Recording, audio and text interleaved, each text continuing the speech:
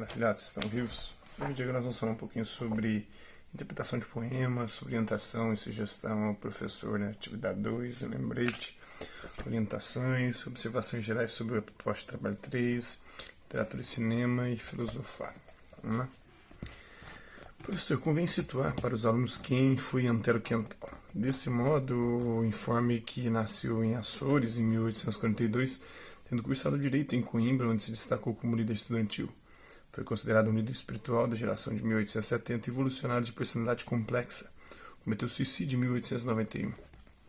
No que tange à atividade, o propósito é levar os alunos a encontrarem relações entre o poema de Antero de Quental e a escola pitagórica por intermédio de um aprofundamento dos textos estudados na pesquisa sugerida. Desse modo, para que sua aplicação ocorra a contento, cabe informar aos alunos que por volta de 440 a.C., Pitágoras estabeleceu-se em Crotona, onde fundou uma confraria religiosa cujas doutrinas não poderiam ser reveladas para não iniciados. O objetivo dessa confraria era proporcionar aos iniciados uma realização interior que não era conseguida pela religião oficial.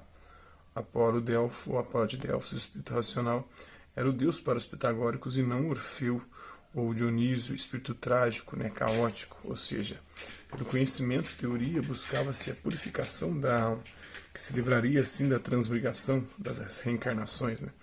As almas eram classificadas em 3 tipos: cúpidas, reféns das paixões do corpo; mundanas, escravas das vaidades da fama e glória; e sábias, adeptas da teoria. O realce desses elementos poderá contribuir para que os alunos interpretem o poema, sendo válido remetê-los para as considerações sobre o pensamento de Pitágoras em Mariana Chauí, Introdução à História da Filosofia dos Pré-Socráticos Aristóteles. Edição revista e ampliada de São Paulo, Companhia das Letras, de 2002, das páginas 67 a 69. Quanto ao poema de Antero de Quental, explique que é um soneto, um poema lírico de forma fixa, composto de 14 versos, 2 quartetos e 2 tercetos. Originário da Itália, o soneto foi desenvolvido por Petrarca e permanece como uma forma tradicional de poesia lírica, tendo sido adotado na França e na Inglaterra no fim do século XVI. Philip Sidney, Spence e Shakespeare utilizaram essa forma poética, enquanto Donne e Milton estenderam seu uso à composição de cunho religioso e político. Keats, Wordsworth e Baudelaire retomaram a forma no século XIX. Está na Nova Enciclopédia Ilustrada da Folha de São Paulo, na página 903. A estrutura do soneto permite escrever um modelo de tese e antítese, seguida de uma conclusão expressa no último terceto ou no último verso desse terceto, a chamada chave de ouro. Com base nos elementos fornecidos e com vistas a atender ao que é solicitado no enunciado da atividade, exercite a percepção dos alunos para notarem que na primeira estrofe do soneto a palavra orgia remete ao deus Dionísio. Na segunda estrofe, a indagação que corpo tinhas e noutra vida e outra esfera nos remetem à ideia de transmigração, e no último verso dessa estrofe o adjetivo extremo caracteriza o fogo purificador usado pela alma. Na terceira estrofe afirma-se a existência da alma provinda de um corpo não humano. Vós fostes nas florestas bravas feras. Lembrete, professor, ver os anexos 1 e 2 ao final dos capítulos de Filosofia e Literatura e um modelo de quadro sinótico para a projeção em sala de aula sobre o Fédon de Platão. Então leia o seguinte poema de Antero de Quental, de 1842 a 1891. Em seguida, com base em seus conhecimentos sobre o pitagorismo e em particular sobre a noção de metempsicose, de transmigração das almas ou de reencarnação, estabeleça relações entre a escola filosófica e as estrofes do poema. Metempsicose. Ardentes filhas do prazer, dizei-me, vossos sonhos quais são depois da orgia? Acaso nunca a imagem fugidia do que fostes em vós se agita e freme, noutra vida e outra esfera onde geme outro vento e se acende um outro dia? Que corpo tinhas, que matéria fria, vossa alma incendiou com fogo extreme, vós fostes nas florestas bravas feras, arrastando leoas ou panteras, de dentadas de amor um corpo exangue. Mordei, pois, esta carne palpitante, feras feitas de gaze flutuante, lobas, leoas, sim, bebei meu sangue. Está em Antero de Quental, na sua antologia do Núcleo de Educação à Distância da Universidade da Amazônia, acesso em 2011. Se não ser evidenciado na proposta de trabalho 3, a extraordinária riqueza pode ser explorada a partir de pequenos textos literários de grande qualidade.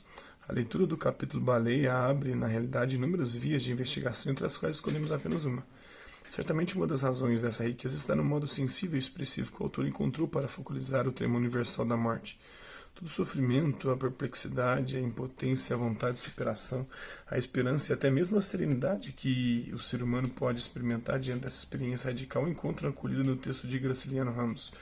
Por isso ele sustenta a aproximação com outros grandes textos da literatura e da filosofia, bem como uma excelente porta de entrada para o estudo dos diversos temas pertinentes a partir da leitura de Baleia, e em conformidade às reações, impressões e interesses de cada classe, o professor poderá dirigir o trabalho para outras direções e assuntos.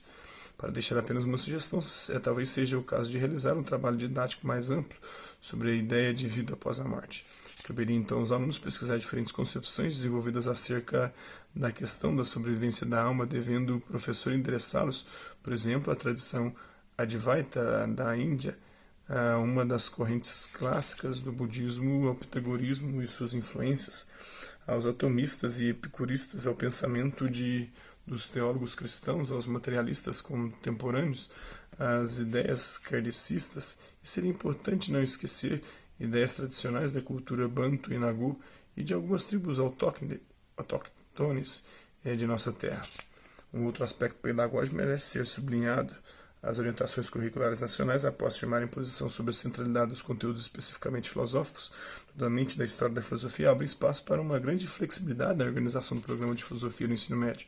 Vale lembrar que a filosofia é teoria, visão crítica, trabalho do conceito, devendo ser preservada como tal e não como um somatório de ideias que o estudante deve decorar.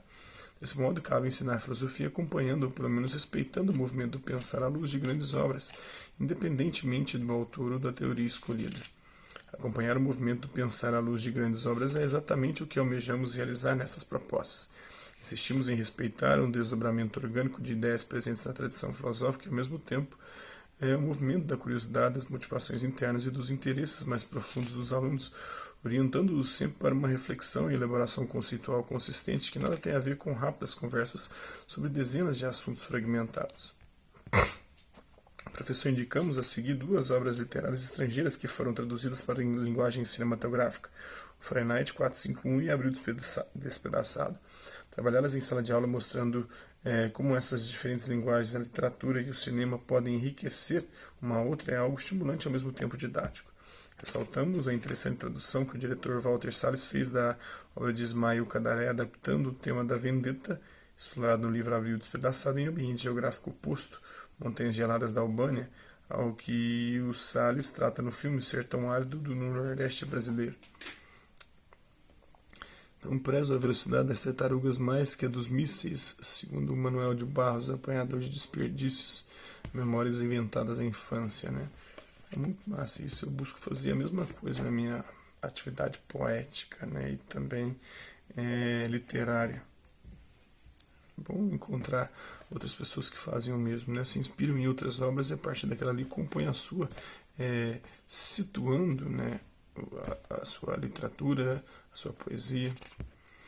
Em sua oficina de conceitos, o professor Silvio Galo cita trecho da fala de Stephanie Dwyer sobre o filosofar em conferência que proferiu na abertura do Congresso Brasileiro de Professores de Filosofia na Universidade Metodista de Piracicaba, em novembro de 2000. O ensino da filosofia, mais que um prolongamento sapiencial específico, é um poder de começo. É o que se pode, entre outras coisas, decifrar do prólogo do Fédon, diante da questão de um continuar depois de Sócrates, a reafirmação para efetuar a continuação de um começo de Platão. A descontinuidade física da filosofia, mortes de homens, perdas de manuscritos, destruição de escolas, esquecimento dos contextos, não se supera somente pela renovação das disciplinas. O arquivamento dos escritos, a defesa das instituições, o aperfeiçoamento dos paradigmas explicativos, mas ainda por uma série descontínua de recomeços que o ato de ensinar produz em particular no dia a dia.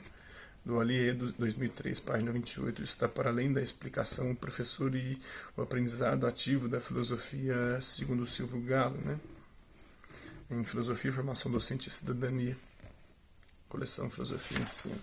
Então é isso aí, espero que vocês tenham gostado do vídeo. Quem curtiu, dá um like, quem não curtiu, dá um dislike.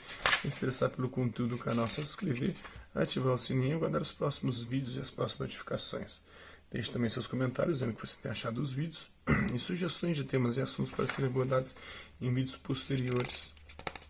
Colabore com o nosso canal, compartilhe os nossos vídeos e ajude-os a chegar ao maior número de pessoas possíveis. E eu gostaria de agradecer os 379 inscritos no nosso canal, agradecer também aqueles que, hora ou outra, por conta de um conteúdo ou outro, passam por aqui deixando sua visualização, os seus likes, seus dislikes e os seus comentários. E aqueles que compartilham os nossos vídeos, compartilham o nosso canal.